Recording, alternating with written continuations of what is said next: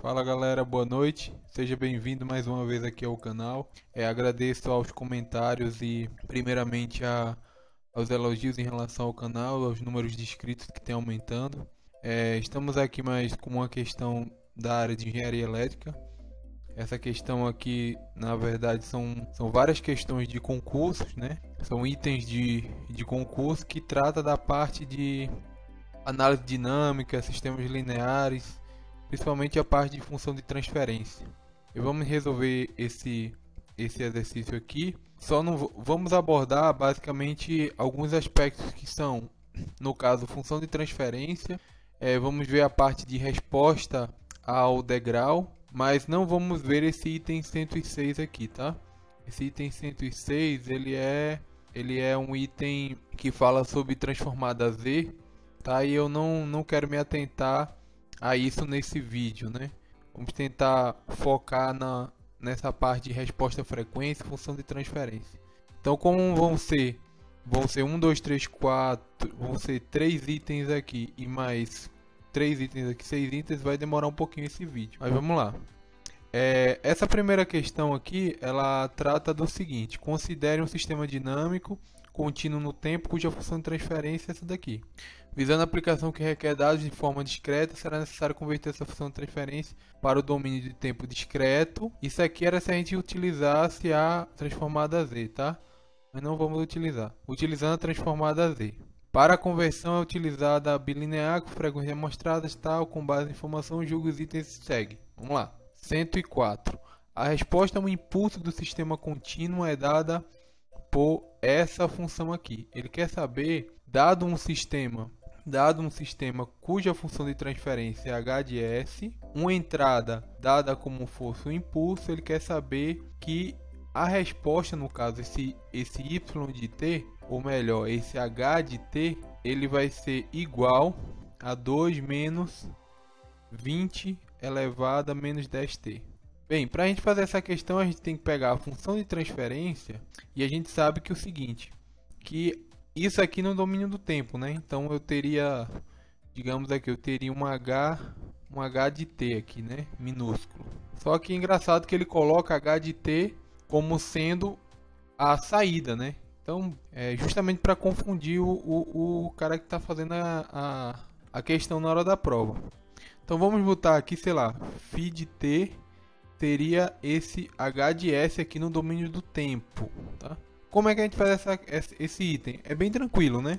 Basta com que a gente sabe que u de t vezes φ de t é igual ao nosso y de t, que é o h de t que ele deu lá, né? Isso no domínio do tempo, a gente normalmente, quando a gente faz esse diagrama de blocos, a gente utiliza no domínio da frequência, no domínio s, né? Então, na verdade, o que seria uma multiplicação no domínio da frequência vai ser uma convolução no domínio do tempo, né? Eu não queria entrar nesse detalhe, porque o item, na verdade, como é uma questão de concurso, eu não queria entrar muito em teoria. Eu queria simplesmente que a gente pudesse resolver essa questão. Então, para a gente resolver, basta com que a gente pegue, no caso, essa função h de t e tente descobrir ela como ela é no domínio da frequência, sem se preocupar, claro, com essa resposta aqui. Se a resposta for igual a essa daqui, então o item está certo. Então a gente vai pegar aqui o impulso, né, no domínio do tempo. Vamos lá. Um impulso no domínio do tempo, no domínio da frequência, vezes o h de s é igual a saída, né? A saída no domínio da frequência. Então a gente pode dizer que h de s é igual a y de s sobre u de s. Se você for observar, o h de s quem é? É 0,2s sobre 0,1s mais 1. Eu vou dividir tudo por 0,1 aqui, porque eu quero deixar o s sozinho. Então eu vou ter, no caso aqui, 2s dividido por s mais 10. Bem, essa é a função no domínio da frequência de h de s. Se eu utilizar a transformada inversa de Laplace para essas funções, então a transformada inversa de y de s sobre u de s, então eu vou ter o que? Eu vou ter que h de s é o que? É a mesma coisa de 2 vezes S sobre S mais 10 vezes U de S. U de S seria quem? 1 sobre S.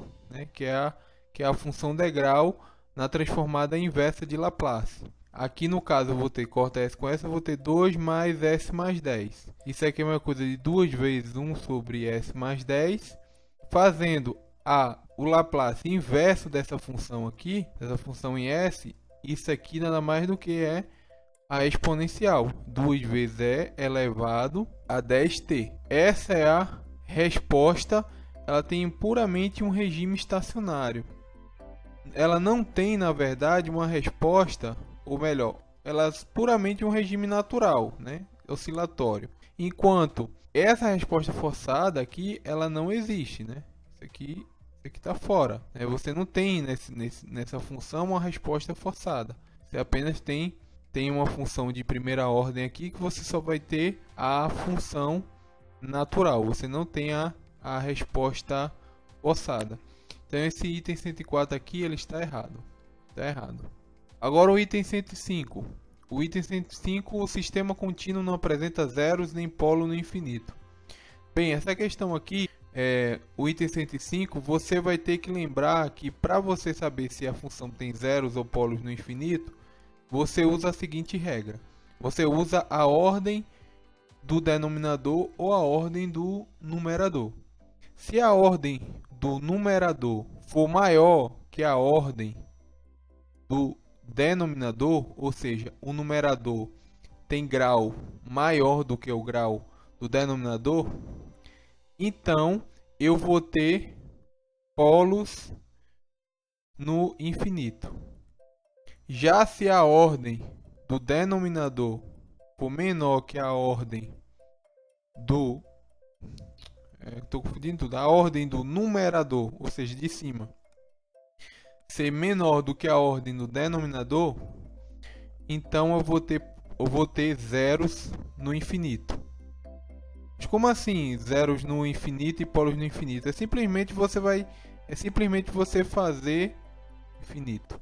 Simplesmente você fazer o S tender a infinito, ou melhor, fazer o limite quando o S tende ao infinito da função de transferência e ver se ela vai tender a zero ou se ela vai tender ao infinito. Se ela tender a zero, ou melhor, como é que ela tende a zero? Basta com que se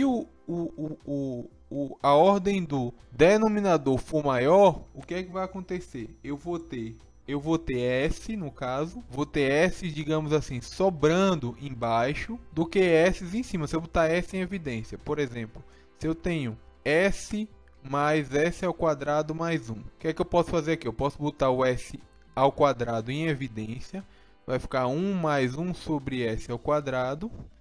Eu corto S com S, e o que é que eu vou ter aqui?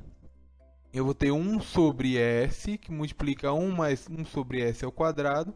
Se eu colocar S tendendo ao infinito, o que é que vai acontecer? Isso aqui no caso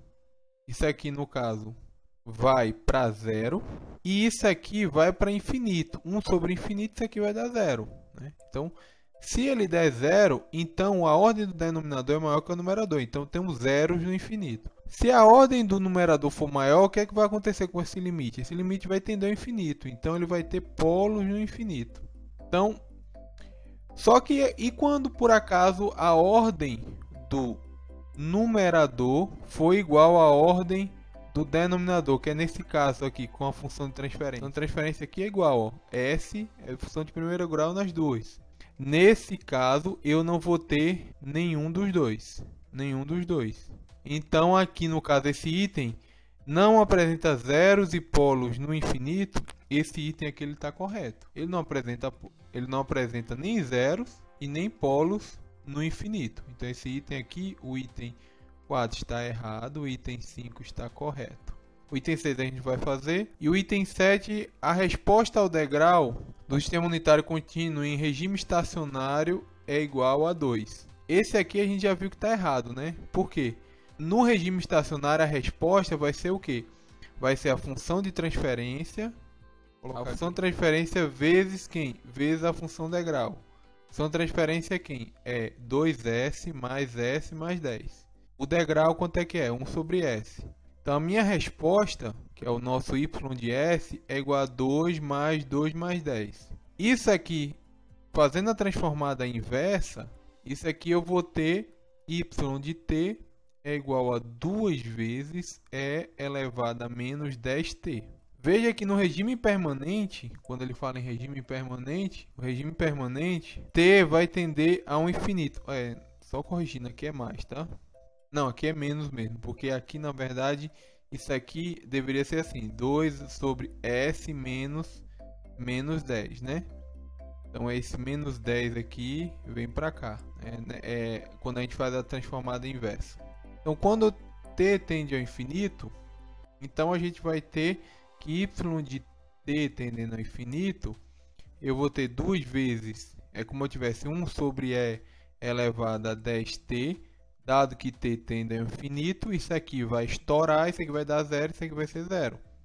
Nada mais do que isso aqui é o que? É como se fosse a corrente, isso aqui ó, é a corrente no capacitor.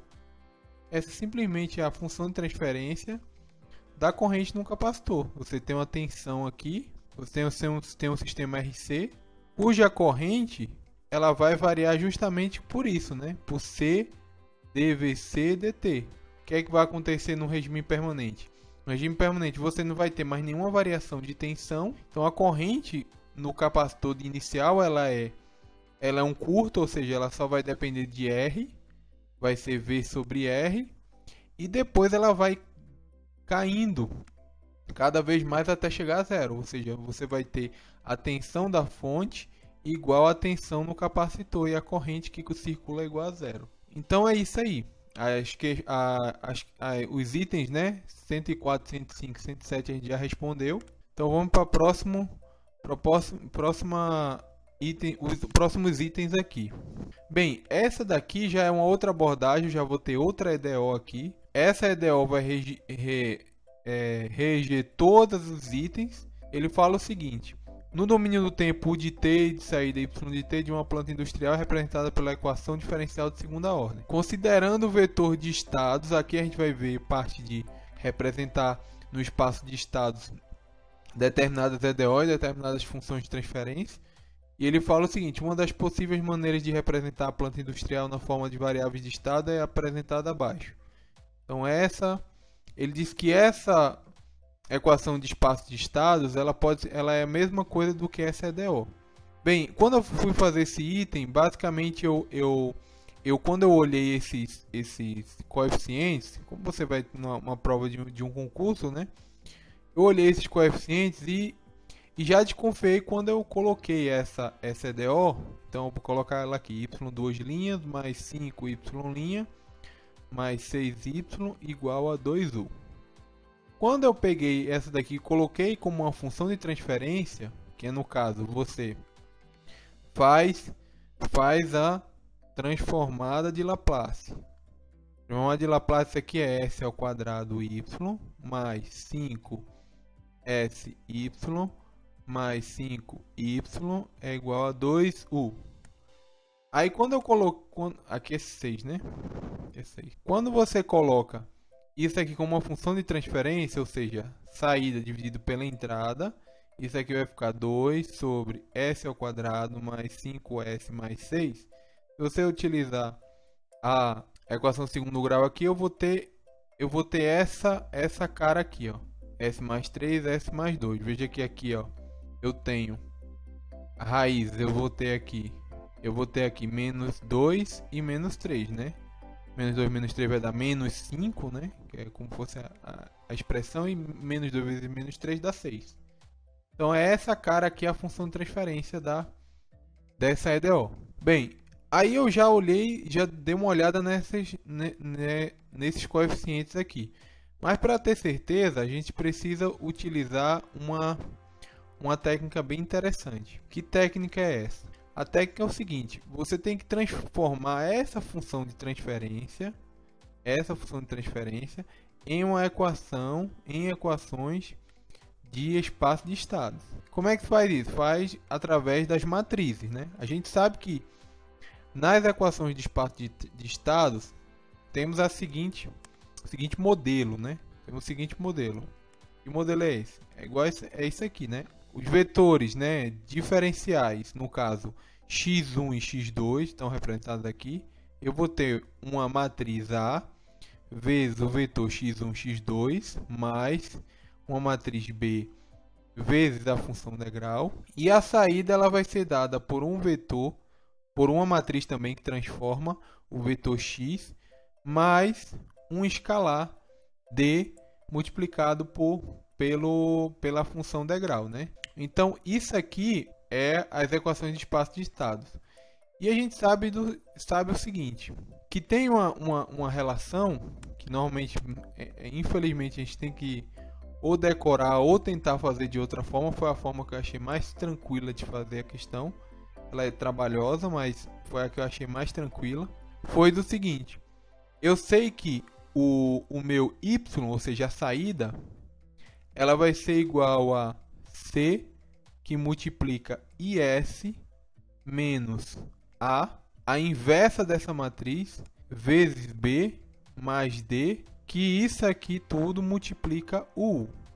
Ou seja, y sobre U no domínio S é igual a esse arranjo aqui, que é C, matriz C vezes a identidade vezes S menos A menos 1 mais D. Bem, aí, pô, vai ter que decorar isso aqui. Não é difícil, né? Se você entende isso aqui, entende essa parte, você tem que mexer, na verdade, nisso aqui. Você vai ter que fazer o quê? O que é que você tem que fazer aqui para descobrir isso? Tem que fazer a transformada de Laplace e trabalhar nessas equações aqui. Então aqui, ó, você basicamente tem que decorar isso aqui, mais o D, e não é difícil. Eu confesso a vocês que não é difícil, porque aqui, como é a equação, como vai ser uma matriz 2×2, aqui nós temos o seguinte, o D a gente já sabe que é zero, né? No caso, igual a zero, por quê? Porque a gente vai fazer o quê? A gente, só para adiantar, a gente não está fazendo a função de transferência e transformando ela na equação de espaço de estados. Não, a gente está fazendo o contrário, a gente vai pegar a equação, só desculpando aqui, tá? Vai pegar a equação de espaço de estados e vai transformar numa função de transferência, porque a gente sabe que a função de transferência é única. A equação de espaço de estados, se você for observar, se você pegar um MATLAB, pegar qualquer um e pegar essa equação aqui, ó, pegar exatamente essa equação e pegar essa função de transferência, ela não vai te levar para essa equação aqui, ó. Então já estou te adiantando que esse item é verdadeiro, né? Ele é verdadeiro sim, mas por quê? Porque existem várias, ele diz aqui, uma das possíveis maneiras de representar. Então, o que é que a gente tem que fazer? A gente tem que pegar essa equação do espaço de estados, trabalhar ela e ver se ela dá essa função de transferência, que essa sim é única. Então, vamos lá. Então, a gente sabe aqui, ó, nessa equação aqui, a gente sabe que o A é o menos 2 e 0, 1 e menos 3. O C vai ser, no caso, o 2, não, o B, né? O B vai ser o 2 e o 0. O C, que é a matriz 0, 1 ali. E o D que não tem, né? D é 0. Então, com isso aqui, a gente vai trabalhar. Então, vamos fazer. Quem é IS menos A? Bem, I a gente sabe que é identidade e S está multiplicando. Então, é S0, 0 e S. Menos A. A é menos 2 e 0. 1 e menos 3. Então, aqui a gente já vai ver que IS menos A é S mais 2, 0, 1, menos 1, né? No caso, e S mais 3. Essa matriz aqui eu tenho que fazer a inversa dessa matriz. Aí pronto, aí, caramba, vai fazer a inversa. Mas a inversa de uma matriz 4×4 é muito tranquilo. E tem uma regra que você sabe que a matriz inversa, deixa eu pegar uma matriz, sei lá, matriz Z. Matriz Z inversa é igual a adjunta da matriz Z dividido pelo determinante de Z. O que é legal de uma matriz adjunta, que é a matriz dos cofatores, é que uma matriz 2×2 ela é muito tranquila. Dado a matriz Z, que ela seja A, B, C e D, a matriz adjunta de Z, é só você fazer o seguinte, você vai inverter a diagonal principal e você vai multiplicar por menos 1 a diagonal secundária. Pronto. Se você fizer isso aqui, você já sabe qual é a matriz adjunta. Agora veja, a matriz, agora eu vou querer o determinante. O determinante dessa matriz, ó, determinante da matriz IS menos A é igual a S mais 2 vezes S mais 3. Pronto. Então é só a gente tem agora a matriz adjunta, que é só pegar esse termo e trocar. Então eu tenho S mais 3 e S mais 2. E os termos aqui eu vou multiplicar por menos 1. Então aqui eu vou ter 1 e 0. E vou dividir por o determinante, que é S mais 2 vezes S mais 3. Ora, isso aqui eu posso fazer? Não vou fazer por enquanto. Eu vou fazer o seguinte, eu vou guardar isso aqui, guardar essa parte e vou trabalhar só com essa matriz. Por quê? Porque você pode dividir no final. Então vamos multiplicar aqui. Aqui eu tenho que multiplicar por B e aqui por aqui eu tenho que multiplicar por C. Posso fazer qualquer uma das ordens, não importa. B no caso é 2 e 0. Então eu vou dar C vezes S mais 3, 0, 1 e S mais 2, que multiplica B. B é 2 e 0.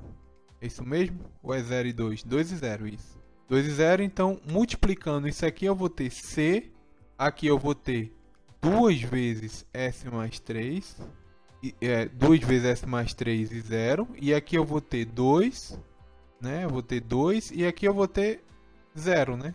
Aqui eu vou ter 0. Então eu tenho essa matriz. Quem é o meu C agora? Por último, 0 e 1.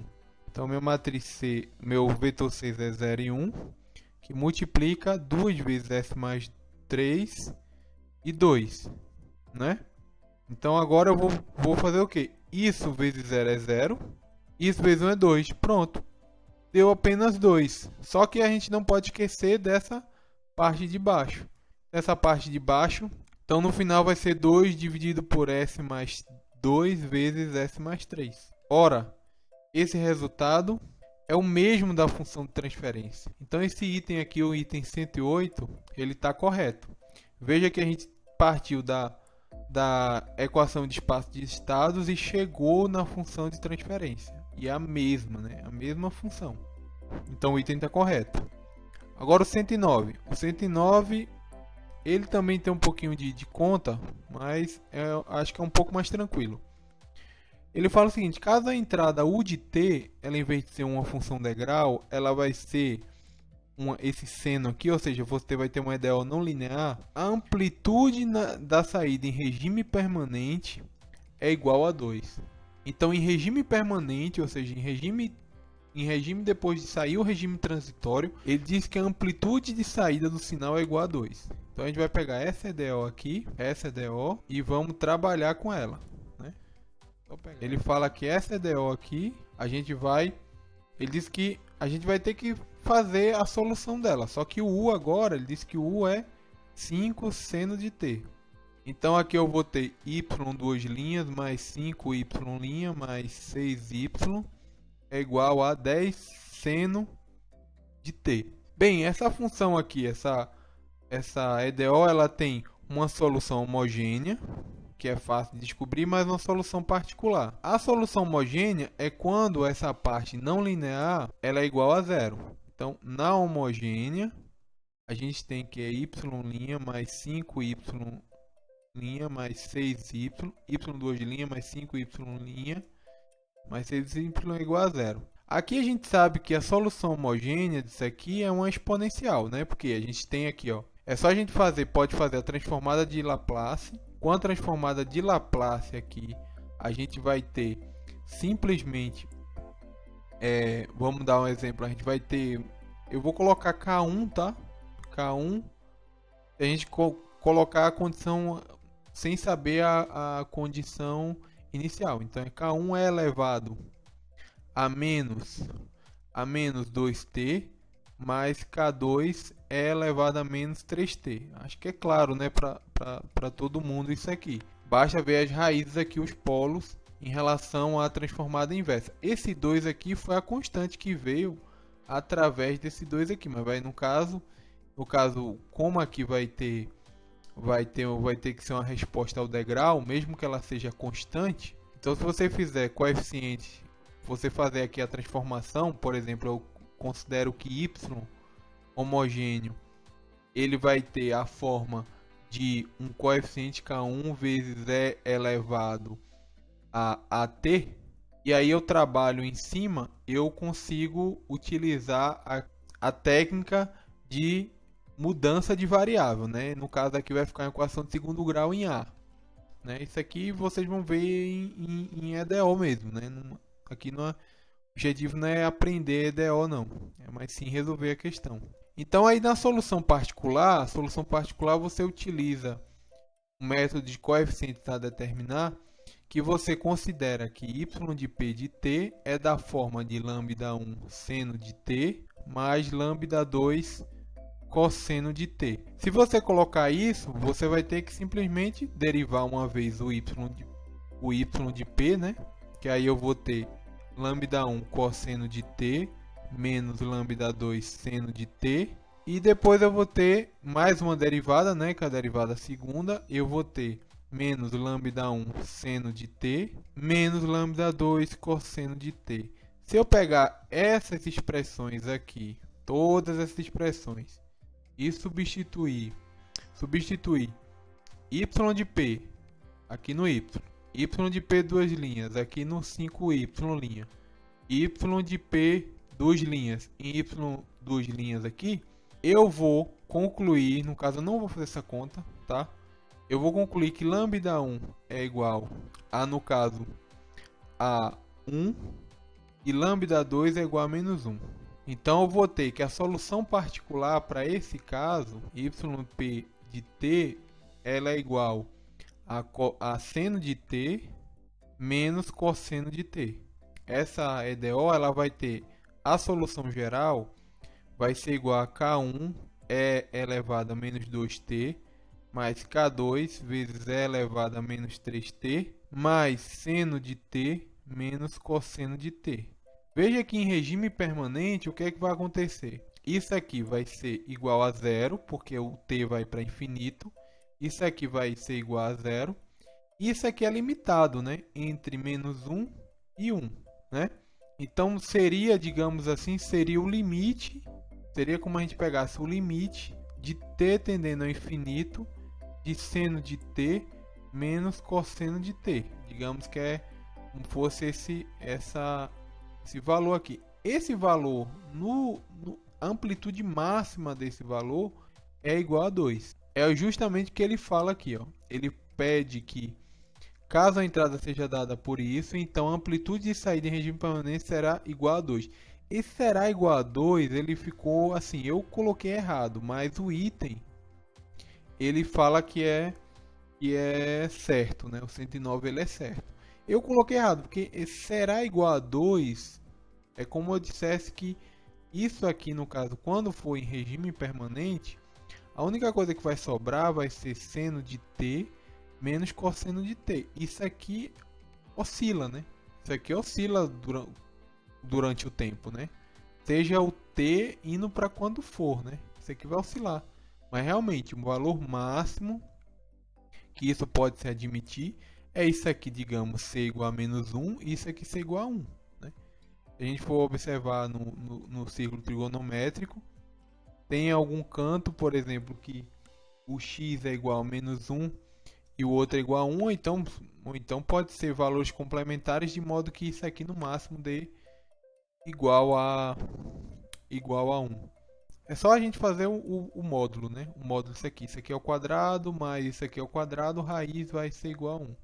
Então esse item aqui eu coloquei errado, mas esse item aqui no gabarito ele está certo. Há controvérsias, né? E por fim o item 110, ele fala o seguinte: abaixo representa corretamente uma das formas possíveis em relação entre a entrada e saída dessa planta na forma de diagrama de blocos. Então aqui ele está com uma função degrau, ou melhor, a função u de s.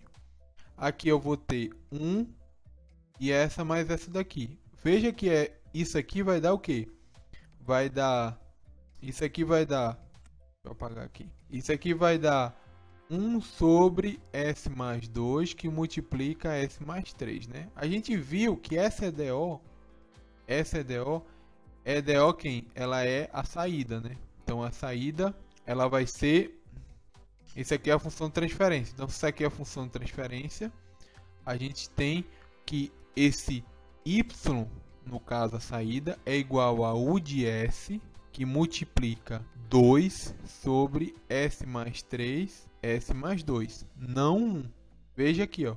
O u passando para cá, ó, ainda continua esse 2. Se ele tivesse colocado o 2 aqui, ó, colocasse o 2 aqui, é tudo bem. Aí eu teria u de s vezes s mais 2 vezes 2, ou então um 2 aqui constante, né? Alguma coisa assim. Então esse item aqui, o item 110, ele é só para pegar vocês. Ele está errado, e você olhando de cara, você acha que está certo e fica com alguma preocupação, mas não tem nada de certo. O único item mesmo que realmente foi duvidoso para mim é esse, o 109. Mas de resto, essa prova, no caso, foi uma prova do Ministério Público da União 2013 para engenheiro eletricista. Espero que vocês tenham gostado do vídeo. Clique em gostei, se inscreva no canal e aguarde mais algumas questões de engenharia elétrica, qual que seja o assunto. E obrigado por estarem assistindo, por estarem se inscrevendo no canal. Um abraço.